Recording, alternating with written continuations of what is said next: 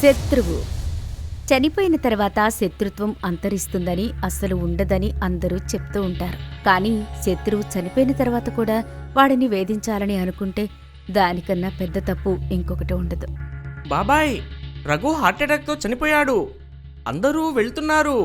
నువ్వు వస్తున్నావా? నేను రాను, కానీ నా శాపాలు ఎప్పుడూ వాడితోనే ఉంటాయి.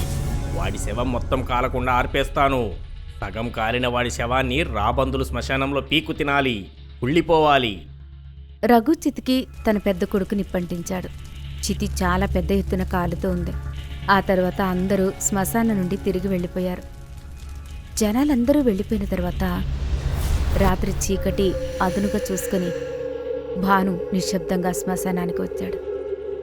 అక్కడ రఘు యొక్క చితి కాలుతూ ఉంది. చచ్చావారా? నేను నిన్ను చావులో కూడా ప్రశాంతంగా ఉండనివ్వను. నేను నిన్ను అంత తేలికగా ఈ మట్టిలో కలవనివ్వను. భాను కాలిపోతూ ఉన్న చితిపై బకెట్తో నీళ్లు తెచ్చి చల్లాడు. రఘు యొక్క చితి కాలడం, మంటలు ఆగిపోయాయి. సగం కాలిన రఘు శవం దగ్గర వెళ్లి భాను గట్టిగా నవ్వసాగాడు.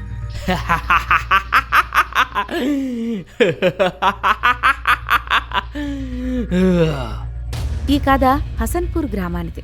హసన్పూర్ గ్రామంలో రఘు మరియు భాను అనే ఇద్దరు రైతులు పక్కపక్క ఇళ్లలో నివసించేవారు. వాళ్ళిద్దరి ఇల్లు, పొలాలు కూడా పక్కపక్కనే ఉండేవే. భాను భార్య చాలా కాలం క్రితమే చనిపోయింది. వారికి పిల్లలు కూడా లేరు. తన కుటుంబంలో భాను ఒక్కడే ఉండేవాడు. అటు రఘుకి భార్య, పిల్లలు, మనమళ్లతో ఒక పెద్ద సంతోషకరమైన కుటుంబం ఉంది. రఘు వివాహ జీవితంలో చాలా ఆనందంగా ఉండేవాడు. రఘుని చూసి భానుకి చాలా ఈర్ష్య, అసూయ కలిగాయి. అతను రఘు యొక్క కుటుంబాన్ని పెకిలించాలని, బాధ పెట్టాలని కలలు కంటూ ఉన్నాడు. అర్ధరాత్రి లేచి రఘు యొక్క ఇంటివైపు చూస్తూ శాపనార్థాలు పెడుతూ ఉన్నాడు. నిశ్శబ్దంగా వెళ్లి రఘు ఇంటి మీద నిమ్మకాయలు, మిరపకాయలు వేశాడు. కాని అతను అలా చేయడం వల్ల రఘుకేం కాలేదు. ఇంకా రఘు వాళ్ళ ఇల్లు ఆనందంతో నిండి ఉంది. ఒకరోజు భాను తన ఇంట్లో నిద్రిస్తున్నాడు. అప్పుడు భాను వాళ్ళ అన్న కొడుకు బిజ్జు పరిగెత్తుకుంటూ వచ్చాడు. బాబాయ్, ఆ రఘు నీ పొలంలోకి పశువులను పంపాడు. ఇది విని భాను చిర్రెత్తిపోయాడు. కోపంతో రగిలిపోయాడు. భాను పరిగెత్తుకుంటూ వెళ్లి పొలానికి చేరుకున్నాడు. అతని పొలంలో రఘు పశువులను మేపుతున్నాడు. నా పొలంలో పశువులను మేపడానికి నీకు ఎంత ధైర్యం? నువ్వు అర్ధరాత్రి నా ఇంటికి వచ్చి నిమ్మకాయలు, మిరపకాయలు ఎలా వేశావో అలానే నేను మేపుతున్నాను. నేను గుడ్డివాణ్ణి కాదు. ఇది విని భానుకి చాలా కోపం వచ్చింది. రఘుతో కొట్లాటకు దిగాడు. కాని రఘు భాను కన్నా బలమైనవాడు.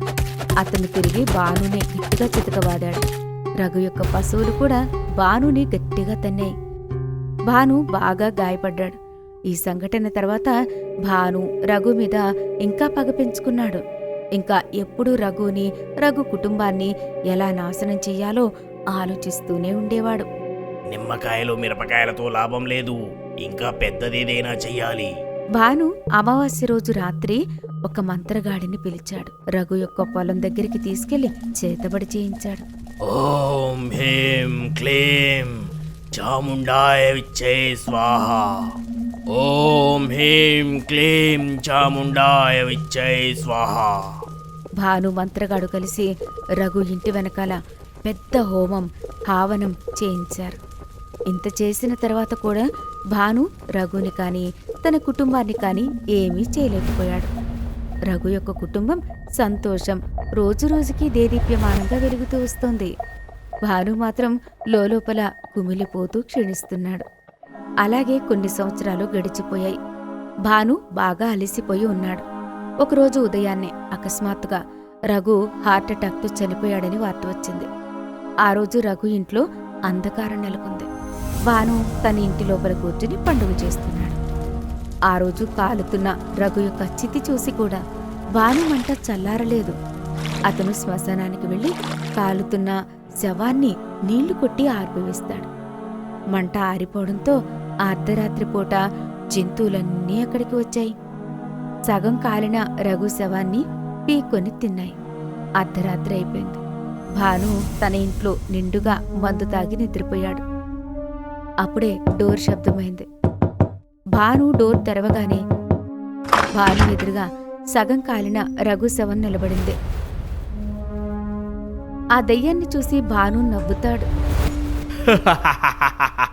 నాకు తెలుసురా, నువ్వు నా కోసం తప్పకుండా వస్తావని ఇప్పుడు అర్థమైందా?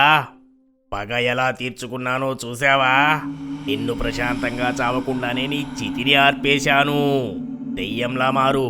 శత్రుత్వం నేను కాదు, నువ్వే మొదలు పెట్టావు. కానీ ఇప్పుడు నువ్వే నా శత్రువు అయ్యావు. నేను నిన్ను కూడా ప్రాణాలతో ఉండనివ్వను. నన్ను చంపడానికి నువ్వు తప్పకుండా వస్తావని తెలుసురా, కానీ నేను నీ చేతుల్లో చావను. నా చావుకి నేను ఏర్పాట్లు చేసుకున్నాను. ఇలా చెప్పి భాను విషం తాగాడు. ఇంకా అతను రఘు దెయ్యం ఎదురుగానే భాను విలవిలలాడుతూ చనిపోయాడు. పిచ్చివాడిలా చేశాడు. భగవంతుడు వీడి ఆత్మకైనా శాంతి కలిగించాలి. రఘుభూతం అక్కడి నుంచి వెళ్తుండగా వెనుక నుండి అతనికి ఒక శబ్దం వినిపించింది. ఎక్కడికి వెళ్తున్నావు? ఇంకా ఆట పూర్తి కాలేదు, ఇప్పుడే మొదలైంది. రఘు దెయ్యం వెనక్కి తిరిగి చూసింది. వెనకాల భయంకరమైన భానుదెయ్యం నిలబడి ఉంది. భానుదెయ్యం రఘుదెయ్యంపై చాలా గట్టిగా దాడి చేస్తుంది. రఘుదెయ్యం కూడా వెనక్కి తగ్గలేదు. రఘుదెయ్యం కూడా భానుదెయ్యాన్ని మంచంపై విసిరేసింది. భానుకి చాలా కోపం వచ్చింది.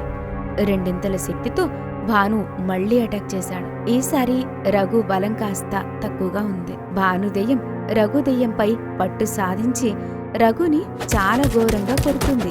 ఇద్దరూ బీభత్సంగా పోట్లాడుతున్నారు.